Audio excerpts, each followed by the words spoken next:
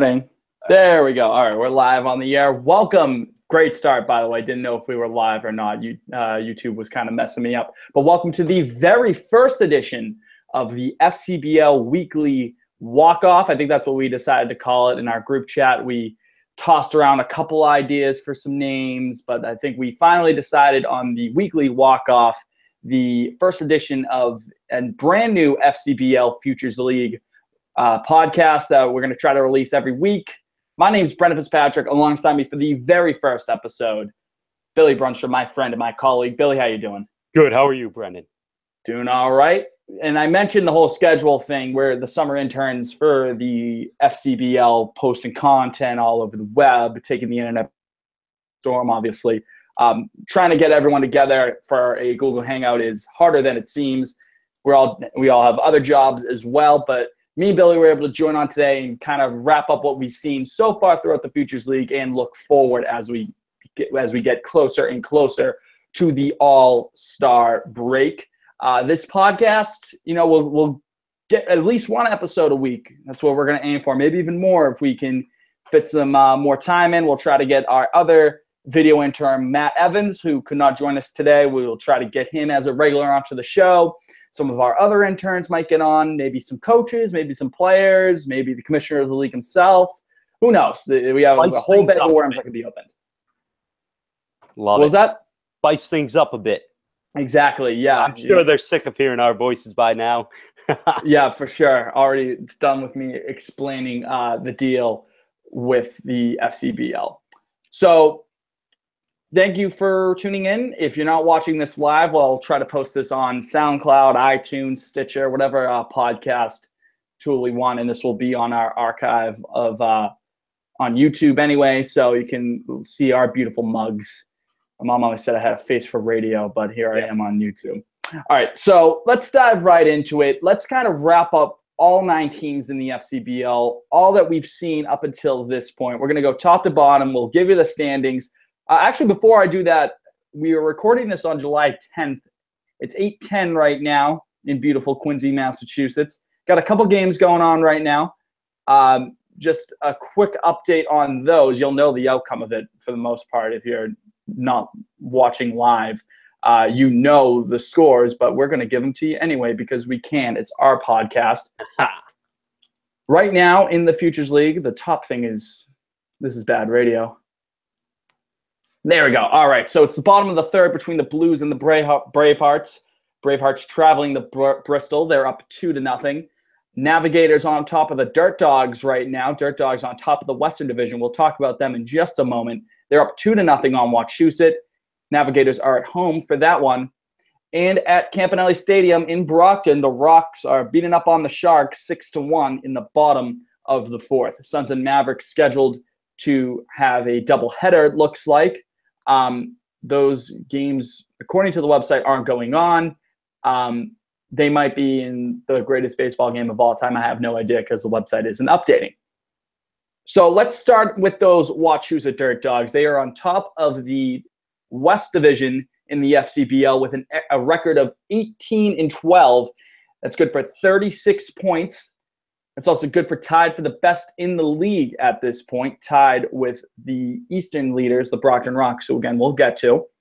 But as of late, the Dirt Dogs, mediocre at best. They've won only 4 of their last 10 games.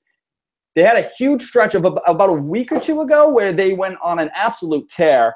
They were like 9-1 in their last 10 at one point. Very helter-skelter year for them. They're kind of finding a level again, but like an even level, kind of coming back from that high that they were on. But they're still on top of a very good West Division. Billy, what's your thoughts on the Dirt Dogs? The Dirt Dogs, as you mentioned, I mean, they came out hot as can be. I think they are built to last.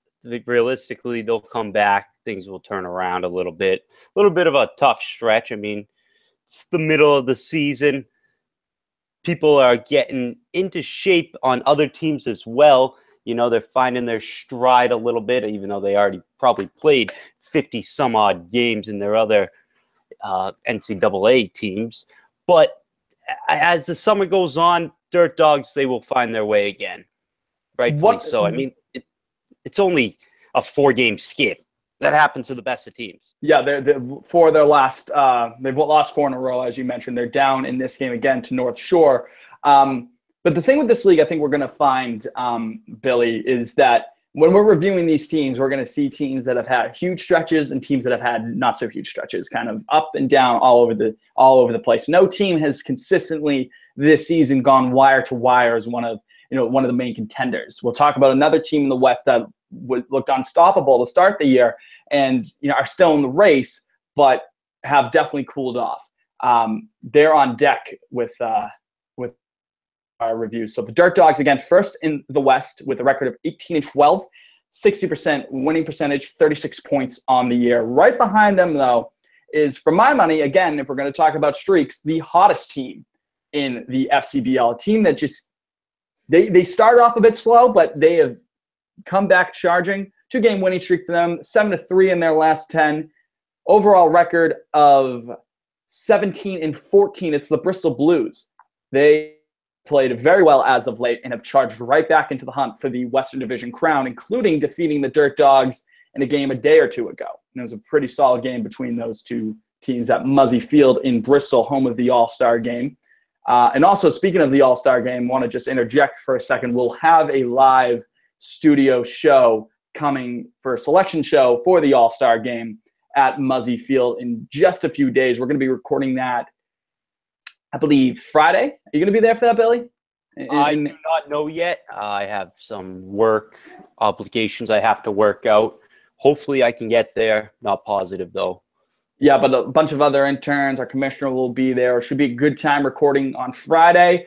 The selection show for the Futures League All-Star Game, which will be played on July 18th at Muzzy Field in Bristol. But back to the Blues, the hometown team there. Again, 17-14. They've been charging, Billy. I wrote them off early. I really did. Honestly, I was coming in and I was just looking, another loss for the Blues. That's sad. I hate to see that because this is a game of failure. Everyone knows that. Baseball is a tough sport, especially after you've already had this long season that they played, and then you come in and you're looking to work some things out. Sometimes things don't go right for you, but things are certainly going right now for the Blues. Yeah, they're making their charge. They're battling the Dirt Dogs, who have played well the last couple weeks, but Bristol's coming right on their heels. They keep playing like this. It's going to be an exciting race in the West. The team right behind them with 33 points are the Field Suns, who I think might be the most interesting story so far this year.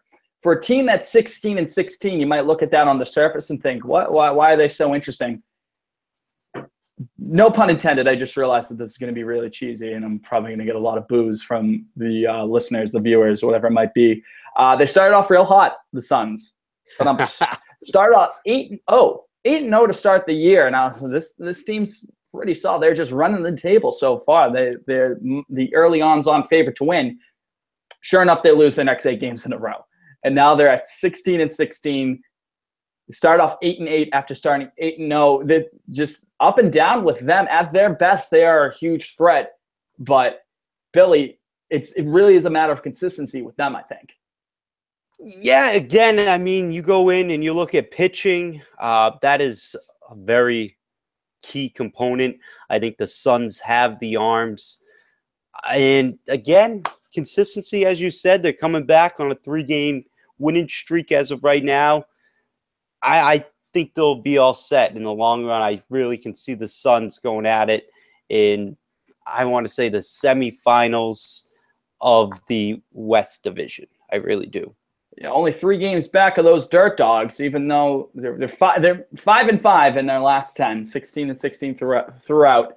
But they're still sitting pretty in a playing spot right now. They're led by Kevin Donati. He's having a great year so far. I'm reading off the numbers. Hitting an astonishing 371. That's good for second in the league. 3 home runs, 14 runs batted in, 97 plate appearances, and 36 hits. He's getting the job done at the plate. But again, it's just a matter of consistency. I'm pretty sure they can figure it out throughout the long haul. This West Division is stacked from top to bottom. The bottom team on this is a team that ever since the FCBL came into the system as we know it now, the Bravehearts have been a symbol of consistency. They made it to 3 straight championship rounds over the last year. They're 2-1. They lost last year to now, and then won back-to-back in 15 and 14.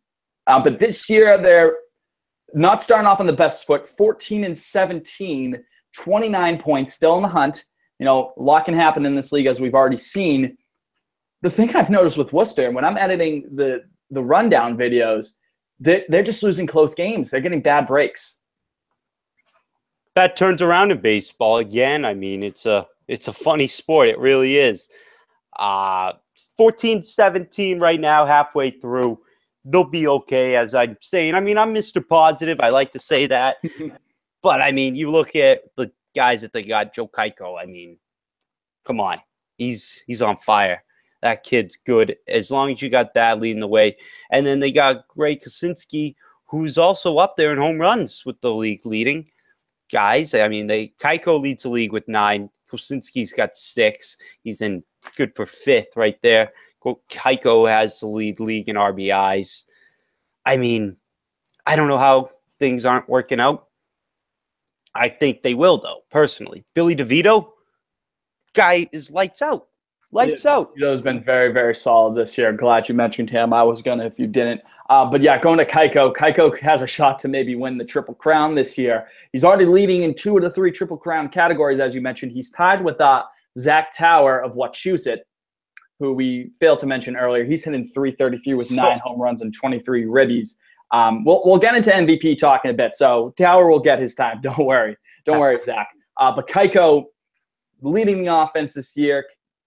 And it really is a matter of them. It's been a lot of bad breaks. They played in a lot of close games, but in the second half, I can definitely see that turning around for them. They start getting some of the breaks, and I can definitely see them getting back into the race. The beauty of the Futures League, with only 9 teams, 6 making it into the dance, you just got to make it into that top half of the division. You got to just sneak in from there, and then anything can happen. It's almost like Kevin Millar, don't let us win tonight because we got Pedro game 5, Schilling game 6, anything can happen in game 7. So anything can happen with that. Worcester, sub 500 at the moment, but I wouldn't say – I'd say don't sleep on them. Definitely don't. They've been a very consistent team over the last couple of years. Let's go over to the East now for I don't know, they're not my hometown team, I wouldn't say. I wouldn't necessarily say a root for anyone really in this. It's just good baseball all around. But the Brockton Rocks are the team that I'm closest to. Again, I'm with you there. Yeah, South Shore, baby. South Shore pride. The most of their games. Yeah. The Brockton Rocks are on top of the Eastern Division this year. Great offense all around. They've got some good pitching, too. The Rocks are 18 and 13, 36 points on the year. Again, tied with the Dirt Dogs for the best in the league. And if things hold to form tonight, they will overtake the Dirt Dogs for a best record. They're up 6-1 again over the Sharks. 5-5 in their last 10. But a team, when they're on, they're tough to stop. It's just an all-around good team, Billy. As I mentioned earlier, pitching. And Zach Martin is a name that comes to mind when you think of pitching in the Futures Collegiate Baseball League this summer. That guy, he's on. He throws gas, throws strikes. He's leading the league in strikeouts. He's got 41 in 26 and a third innings pitched. The kid, I've seen him live, I want to say 3 times so far. And it's impressive to watch, fun to watch. Young kid. And that can really lead the way for Brockton as things go forward. And then you cannot sleep on McCaffrey. He was our pitcher of the week last week, correct? Yeah, correct. I mean, any of those pitchers in a short series, you're going to have your hands full with them. You got McCaffrey, Martin, as you mentioned, and then Mason Palmieri is second in the league in ERA. He's got a 1.29 ERA. Nothing to not to chirp Zach Martin, who's got a abysmal 1.71 compared to that. I mean, if you play these guys in a short series, you're going to have your work cut out for you. Without a doubt. And it's a game of pitching, as we've mentioned. Yeah, a lot of high scoring in this league. That's good for offense. A lot of close games too, pitchers battles. You have guys in this league. The pattern I've noticed, you have a starter that can go 6, even 7 innings for you. Just eat some innings. save some time, save some energy for the bullpen. If your starter can get you to the 6th or 7th, you're going to be pretty well off. And the fact that guys like Martin, guys like Palmieri, they just eat innings whenever they're out, and that's exactly what Brockton needs. If they get their guys going, come playoff time, come August, they're going to be real tough to beat. And we can't sleep on their offense either. Kyle Simon, he's up there. We'll probably mention him later in MVP talks. Absolutely, yeah. RBI's 27. I mean, and then they have Chris Berry, who's in the top 5 for home runs. Definitely can't solid all-around team. Sleep on them. Solid all-around team. The Brockton Rocks well-deserving of that number 1 spot in the East. A little bit of a slow start for them at the start of the year, but they've definitely they found their pace now, heading close to the All-Star game. Right behind them, though, a couple games behind, and the Rocks can put some distance between them. Again, they're playing tonight. Martha's Vineyard is right behind them. They're at 15-16, 31 points, though, still very well in the hunt and are sitting in a playoff position right now, right about in the middle of July, almost so. We're heading towards the MLB All-Star Game and the Futures League All-Star Game. In a playoff spot where you want to be after a few weeks of action, Martha's Vineyard could play spoiler to the Rocks because they played a couple times. The Vineyard beat them a few days ago in a tough game for the Rocks to swallow. Martha's Vineyard's no joke. Again, when they're on, when they play at their full potential, it would be tough for anyone to beat them. Without a doubt. I mean, you look at Zach Shannon, that kid does it all. We got a text, I don't know if you saw this in the group chat, but from one of our interns, he was at the game and he's like, who is this Shannon guy? This is a man amongst boys right here. He was just impressed just seeing him for the first time in person. And if you look at his numbers, they're impressive as well. Absolutely. Also, Hunter Shepard, another guy on the mound who has been very impressive. 28 strikeouts so far this year. He's got 4 wins on the year, just shy of 30 innings as well. 3.14 ERA, not the best, but certainly nothing to sniff at. Solid all-around team. They got to prove themselves in the second half, though. I mean, Brockton, as I mentioned, they're going to be tough to beat. But if Martha's Vineyard can step up all around and really challenge them, it's going to be fun to watch in the East as well as the West. Oh, yes. I'm excited for what's to come. I really am. The defending champions, the Nashua Silver Knights, are 3rd in the East right now. They'd be in a play-in spot against Pittsfield if the season ended this very second. Nashua's 15-17, 30 points right behind the Sharks.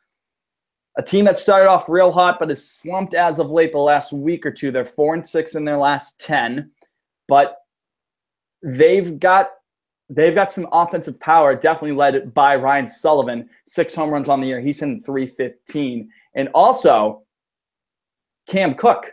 Cam Cook is currently hitting .400. He has no home runs on the year, 21 RBIs, but he's hitting .400. Never been done in the Futures League. Keeps it up, maybe he has a shot at history here.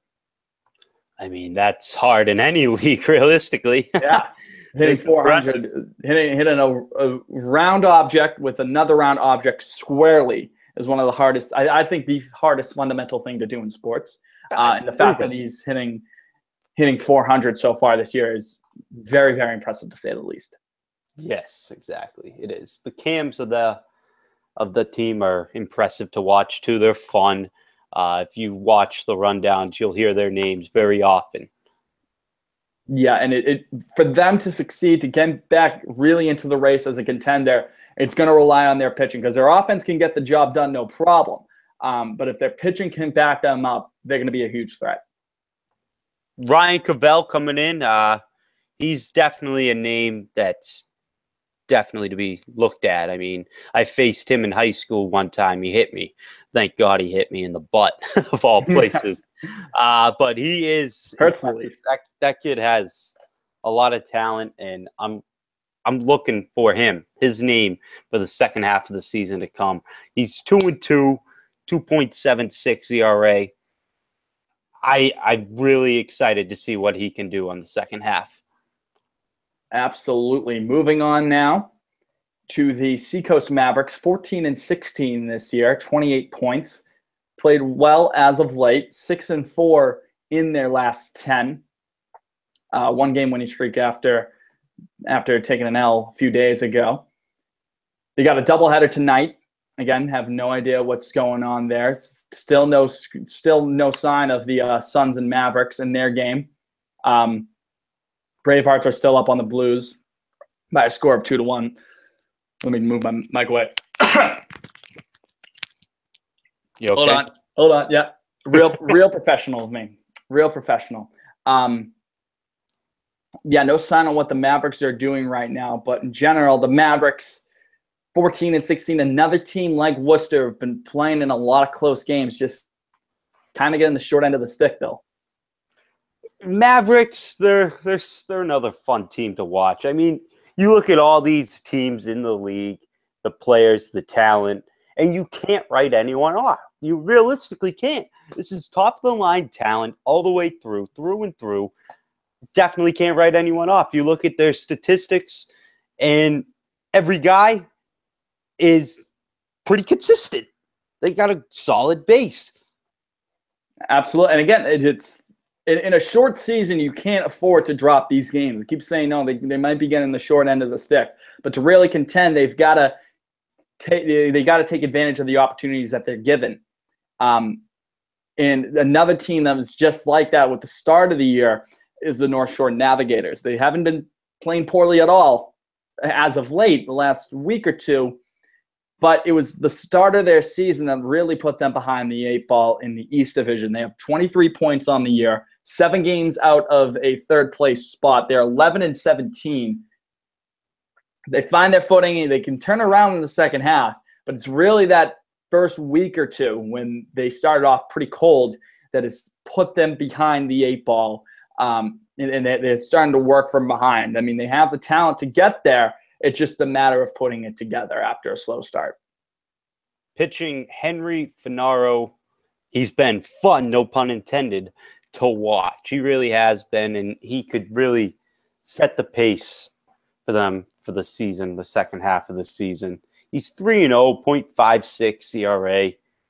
He's thrown 16 innings. I mean, I'm sure you look at those innings and they will be increasing as the summer goes on. I mean, his first outing was 3 innings. His second was 6 and his third was 7. So look at it. As I mentioned, things are getting more and more. The workload's more and more. Absolutely. Mitchell, 35 strikeouts on the year for him. And at the plate, Alex Brickman has been no scrub at all, word to TLC. Top 5 in the league in RBIs with 23s and in a solid 276 with 5 dings. Not a bad guy to drive in runs for you in that 3 or 4 spot, wherever you want to put him. It's a matter of really putting it together, having the rest of the offense pick up the slack for Brickman and their pitchers, I think. They can sneak in. I think they're a nice dark horse candidate because of how well they played after their slump. They have the talent to do it. It's just a matter of if they can. They have enough time. They have some star potential, some star power on this team, and they have the potential to make the playoffs. It's just a matter of putting it together, I think. All right. Yeah, you make sense. I agree 100%. Absolutely. So that's wrapping up the standings. Now, looking forward, not counting today's game, looking forward into the next couple days before the All-Star game on the 18th, we've got one more slate of games, 2, 3, 4, 5, 6, 7. We got about a week's worth of games left to go before the All-Star game. And you can look ahead past the All-Star game as well, but mainly before the All-Star game, Billy, are there any games that really jump out to you as key games? I really want to see everyone just get to the All-Star break and rest. I mean, in the first half of the season, to me personally, I feel like it's working things out, and nobody in this league is too far behind.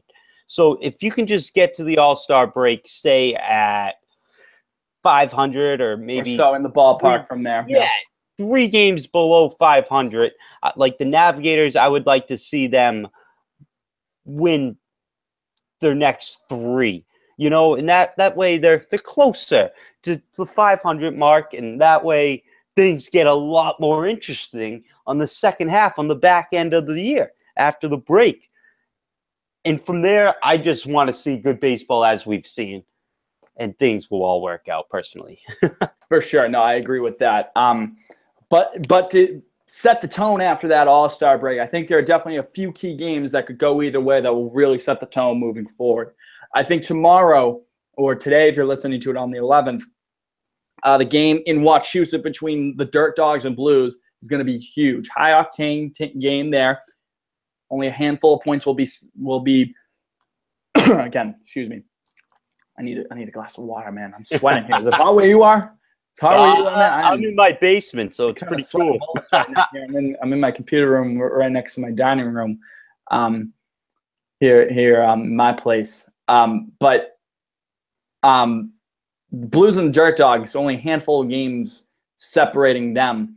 Close to the All-Star break, if one team can get the edge on the other moving forward, if the Dirt Dogs can pull within 4, couple games difference before they head into the break, or if the Blues can cap off a great run and maybe even keep it going after that with a win and tie them in the division, it's going to be a high-intensity game, I think. The next day, Navigators and Sharks, I think, is going to be a big game because those are 2 teams in the East that are battling to make some room, or make some ground on the Rocks, especially Martha's Vineyard. They can't afford to drop too many games. And the Navigators, on the flip side, can kickstart something to maybe get back into the conversation in the East. One more game before the All-Star break that really jumps out in my eyes. I think it's got to be it's screwed up on the top thing here. Rocks, Dirt Dogs, 2 teams that I'd already mentioned because that's on July 15th. Yep. Best teams in the league. They're going to be fighting for each other for that top spot. They're not going to clash with each other in the playoffs until the final if they both make it. So it doesn't have really too many division implications, but it's that power struggle for the number 1 spot in the league heading right before the All-Star break. That'll most likely decide. Well, you have to think, unless something crazy happened, that has a good shot at deciding who will be the number 1 team before we head to Muzzy Field on the 18th. That will be a high-intensity game. I'm excited to see what happens in that one. We got some very quality baseball coming forward. I really do agree with you with the Rocks and Dirt Dogs game on the 15th. That should be some great action right there. Absolutely. That's a doubleheader, to be honest. If you're keeping track at home. Oh, that is. I didn't even notice that. Even bigger. Even bigger then. Even bigger. If one of those teams can pick up 4 and the other. Yeah, exactly. You win both. That's going to be – that'll even raise the stakes there. I didn't even see that. I didn't roll over my top thing on the bar. I love the Futures League website, but sometimes when I'm doing the rundown, it will scroll a little bit too far one way or the other. It takes me a second to scroll back over there. Now, last segment for today, a little bit of an abridged version maybe. We'll try to go longer if we can, especially if we can get interviews. But up until this point, Billy, to wrap up today's inaugural episode of the Weekly Walk-Off, I want you to give me your top 3 candidates, no specific order, just 3 candidates for the MVP award and 3 candidates, again, no specific order, for the Best Pitcher award. All right, so MVP in my eyes, you can't count Zach Towers out. And personally, I'm putting this as the number 1 spot. I'm putting it numerically as I list off names. Zach Tower has put the team on his back numerous times, and his last name is so fitting. He just has Tower power. What was it, 16 home runs he hit in a Blast Motion home run derby? Shout out Blast Motion. Bananas, yeah. Try to get some ad reads with them and On Deck Sports. We'll try to line something up. Shout out to our sponsors. But incredible. Zach Tower, you got to be up there. Number 1 in my eyes for MVP as of right now with 9 home runs, 23 ribbies, and hitting only .333. No big deal. The second guy I have to say would be Kyle Simon of the Rocks. He has 5 home runs, 27 ribbies, and a .367 average. The kid shows up night after night. The Rocks, both, all right, got to be honest, both first-place teams, the Dogs and the Rocks in their leagues. And personally, the MVP in my eyes, that stays true to what MVP stands for, most valuable player. And that makes sense, right? Zach Tower and having Kyle Simon, MVP, definitely. Yep. I agree with and that. A third one, a lot of people will yell at me, but again, I stay true to what MVP means. And Zach Martin of the Rocks. I got two guys from the Rocks in the top 3 of MVP race in my eyes. Zach Martin is dominant. He eats innings for them. He has 3 wins. He leads the league in strikeouts with 41. ERA a 1.71. And he doesn't walk many guys. You watch the Red Sox and such like that. You watch any form of baseball, and what they will say is walks will kill you. David Price the other day, in Tampa Bay, he was walking guys, and it comes back to bite him in the butt. Matt Barnes comes back to bite him in the butt. And then Zach Martin, at the Futures League level, he does not allow that guy to get on. And it's just great baseball all around, and he has to be in the top 3 of MVP. Yeah, it's a little bit of a philosophical question if you like to include pitchers in the MVP conversation. I would. Martin he's been phenomenal. There's no doubt about that. I'd probably put him, spoiler alert, I'd probably put him as my number 1 pitcher. I give my number 1 MVP award. I flip-flop Simon into 1, and then I'd probably put Tower at 2. You can't really go wrong with either of those guys. If they both keep playing the way they're playing, it's almost like a Harden Westbrook situation. I won't be mad either way at who really wins the MVP award. So you said it on both of them. I mean, Simon hitting 367, Tower hitting 333, Tower with 9 dings, Simon with 5. You can't really go wrong either way. At 3, I got to put Cam Cook. He's hitting 400, 110 at-bats, so it's not as if he's only had like 6 at-bats and hitting 400. He's been a perfect table setter. Perfect table setter for Nashua, and he has really kept them in the hunt for the postseason and for yet another championship for them, trying to go back-to-back for the Silver Knights. Cook hitting 400. He's been a solid table setter for guys like Ryan Sullivan, for the rest of that Silver Knights lineup. You just can't deny 400, even if they don't go on to, win the division or win the championship. Sometimes numbers never lie. It's if he ends up hitting close to, if he gets 400, then I think he definitely has an argument for winning the MVP award. It's just unfathomable. Even if he was on the worst team in the league, on a team at this point that may not have even won a single game, 400 is still 400. That's hard to deny for me.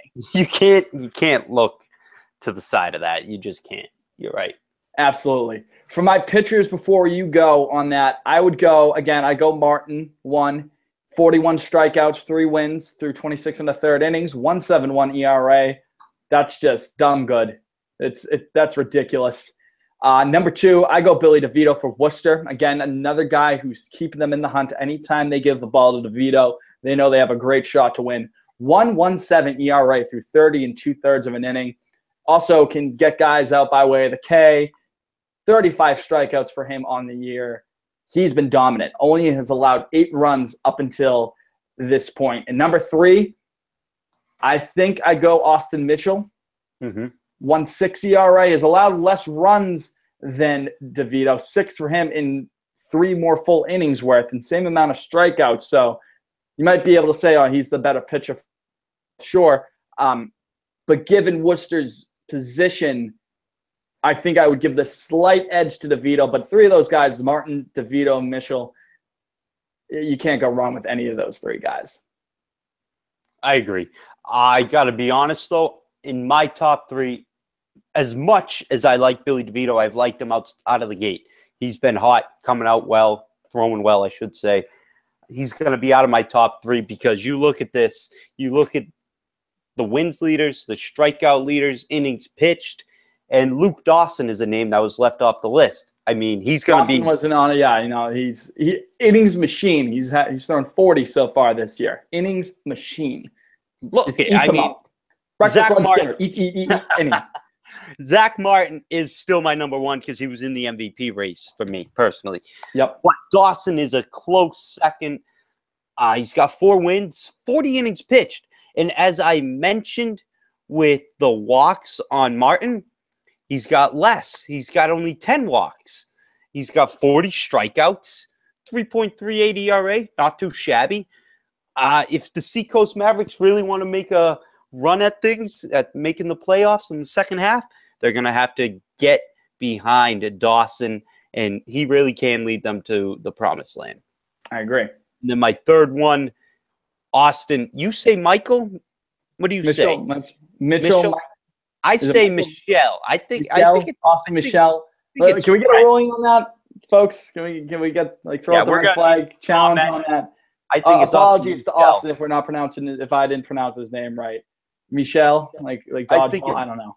Yeah, I think it's Michelle, personally, but that's beside the point. We'll figure it out. Yes, we definitely will.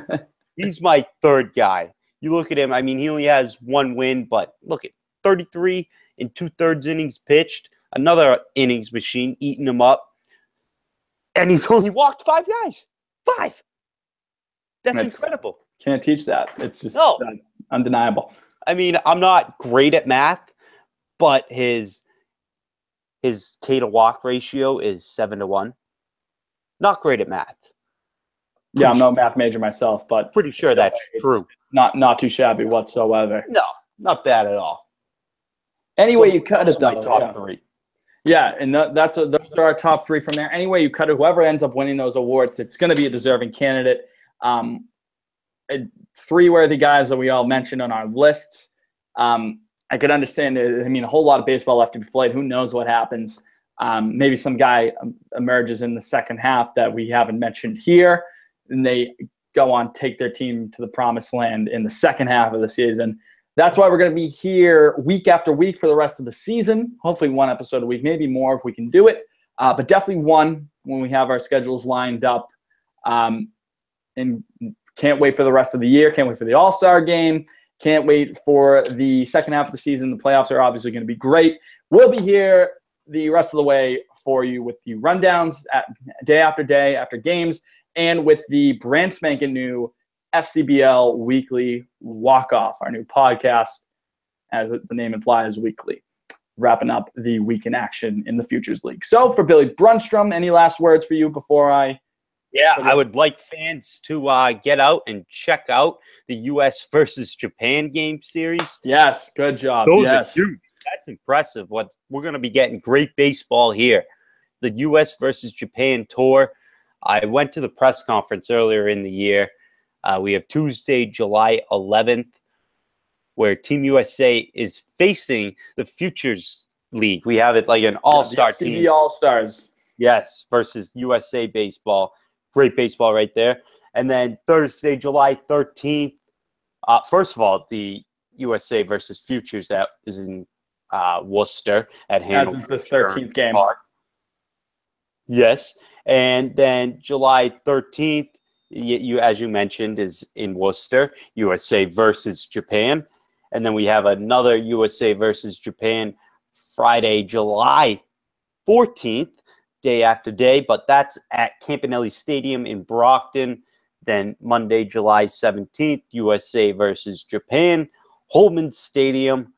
Make sure to check it out. That's quality baseball. If you're around the area, get there. And you're watching the next best things. USA baseball, I mean, you look at the Red Sox, their roster, and like JBJ, Pedroia. Price was on that roster at one point, yep. Yeah, we've had a lot of great talent there. Stars of tomorrow, man. You get out and see them. Won't break the bank. I've always had trouble with that saying. Everyone has those kind of words like that. Break the bank. Good family fun all around. Great baseball in Worcester on the 11th and 13th. Brockton on the 14th. Nashville on the 17th. And then, of course, the Futures League All-Star Game, as I've alluded to. July 18th in Bristol. Muzzy Field is the site, home of the Bristol Blues. On that Friday as well, on the 14th, we'll be recording the All-Star Selection Show. Teams from the East and West will be picked. We're going to be there to break it down. We'll probably talk about it on the podcast too at some point. And by the next time we record, maybe the All-Star game is passed. We can wrap that up. Maybe not. We'll talk about the Japan series, the USA-Japan series, and the FCBL USA game. Whole lot coming out on the pipe in the world of the Futures League over the next couple days. So for Billy Brunstrom, my name is Brendan Fitzpatrick. Thank you for tuning into the inaugural, another tough word that I have to mention. The first. Let's just keep it simple. The first. The first episode of the weekly walk-off. Take care, folks. Peace.